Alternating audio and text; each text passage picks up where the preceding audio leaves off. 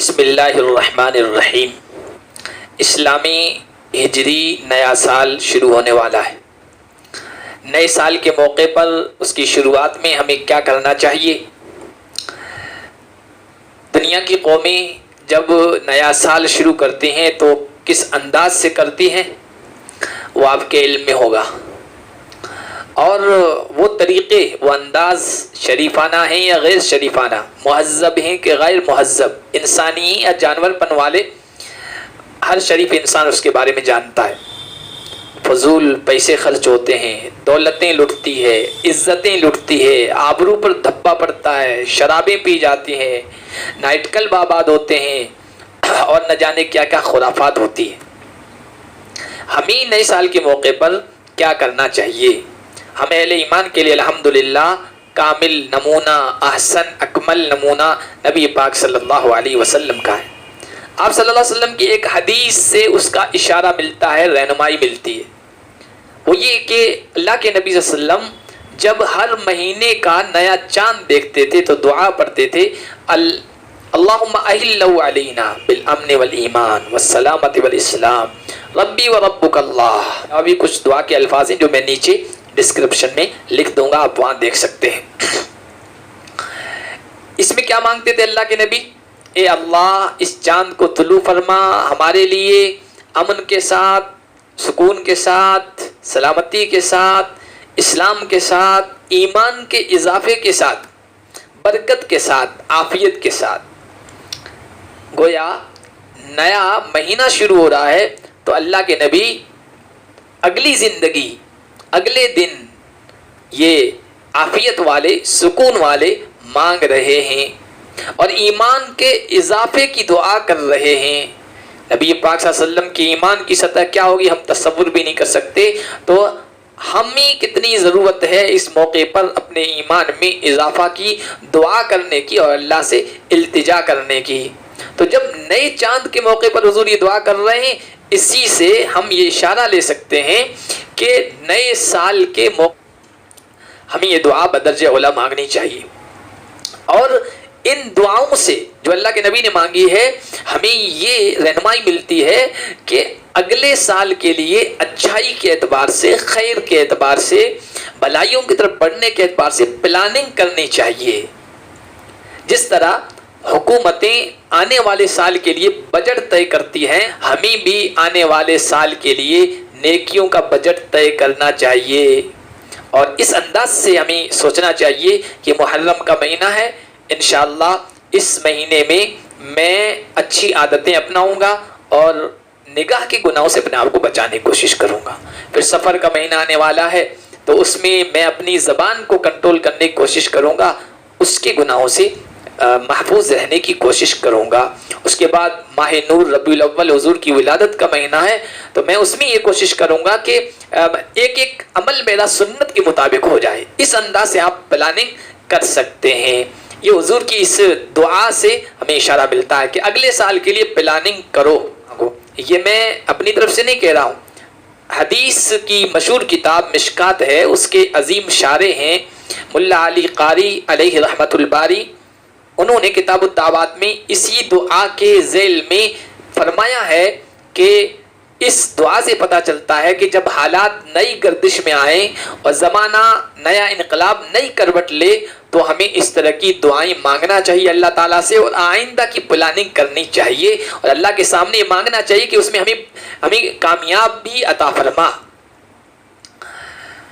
دوسری حدیث اللہ کے نبی صلی اللہ علیہ وسلم کی، اس سے بھی ہمیں ایک اور بات کی رہنمائی ملتی ہے۔ وہ حدیث بھی ماہ محرم کی 10ویں تاریخ کے روزے کے بارے میں، جسے عاشورہ کہتے ہیں۔ مسلم کی روایت ہے کہ حضور نے فرمایا کہ مجھے امید ہے کہ جو آدمی ثواب کی امید کے ساتھ اس دن کا روزہ رکھے گا، اللہ تعالیٰ پچھلے سال کے گناہوں کو معاف فرما دے گا۔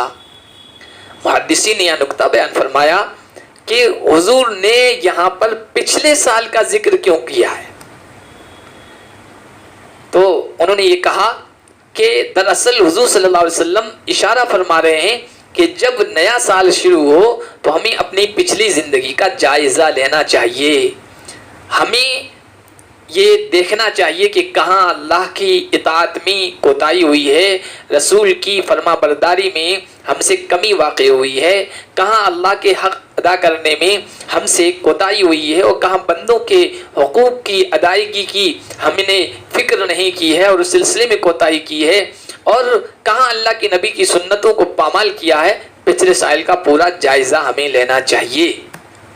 اس حدیث سے اشارہ ملتا ہے۔ تو معلوم ہوا کہ نئے سال کے موقع پر دو کام کرنا ہے، حضور کے عمل اور حضور کے نمونے کو سامنے رکھتے ہوئے آئندہ کی پلاننگ کرنی ہے اور پچھلی کا جائزہ لینا ہے، اور ہر کامیاب آدمی، ہر کامیاب تاجر، ہر کامیاب حکومت یہ کرتی ہے۔ تاجر اپنا ڈیلی کے حساب سے اور مہینے کے حساب سے، منتھلی کے حساب سے اور سالانہ حساب سے اپنی آمد، اپنا خرچ، اپنی لاگت، اپنا نفع اور نقصان سارا وہ منصوبہ بناتا ہے اور اس کا پورا جائزہ لیتا ہے، اور آئندہ کیا کرنا ہے وہ سب کرتا ہے۔ ہم بھی ایک کامیاب مومن بننا چاہتے ہیں تو حضور کی اس حدیث کی روشنی میں ہمیں یہ کرنا ہے، اور اس کے ساتھ یہ بھی یاد رکھنا ہے کہ ایک سال چلا گیا، گویا ہماری زندگی کا ایک سال ختم ہو گیا، گزر گیا، اور ہم قیامت کی طرف یا رب سے ملاقات کی طرف بہت جلدی سے بڑھ رہے ہیں۔ حضرت فضیل بن عیاض رحمۃ اللہ علیہ بزرگ گزرے ہیں، انہوں نے ایک آدمی سے پوچھا کم عطا علیہ کا، تمہاری کتنی عمر ہو چکی ہے؟ اس نے کہا 60 سنہ، 60 سال کا ہو گیا ہوں۔ تو حضرت فضیل نے فرمایا کہ منذ 60 سنہ تسیر الی ربک ویوشک ان تبلغا، 60 سال سے تم اپنے رب کی طرف بڑھ رہے ہو، جا رہے ہو، اور اب قریب ہے کہ تم اپنے منزل پر پہنچ جاؤ، رب تک پہنچ جاؤ۔ اس آدمی نے اس اعتبار سے سوچا ہی نہیں تھا، اس کی آنکھیں کھلی، وہ کہنے اچانک اس کی زبان پر آیا انا للہ و انا الیہ راجعون۔ حضرت فضیل نے فرمایا اتنا تعجب کر رہے ہو؟ من علم انہ للہ عبد وانہ راجع الیہ فلیعلم انہ موقوف وانہ مسئول فلیعد للمسألۃ جوابا۔ جو آدمی یہ جانتا ہو کہ وہ اللہ کا بندہ ہے اور اللہ کی طرف لوٹ کر اس کو جانا ہے، اور یہ جانتا ہو کہ اللہ کے سامنے اس کو کھڑا ہونا ہے اور اس سے پوچھا جائے گا ہر چیز کے بارے میں، تو پھر سوال کے لیے اس کو ابھی سے جواب کی تیاری کر لینا چاہیے۔ آدمی نے کہا کہ حضرت فمل ہیلہ، بات تو آپ نے سمجھا دی ہے، دل و دماغ میں میرے بیٹھ گئی ہے، اب اس کا طریقہ کیا ہے، تدبیر کیا ہے؟ انہوں نے کہا یسیرہ، بہت آسان طریقہ ہے۔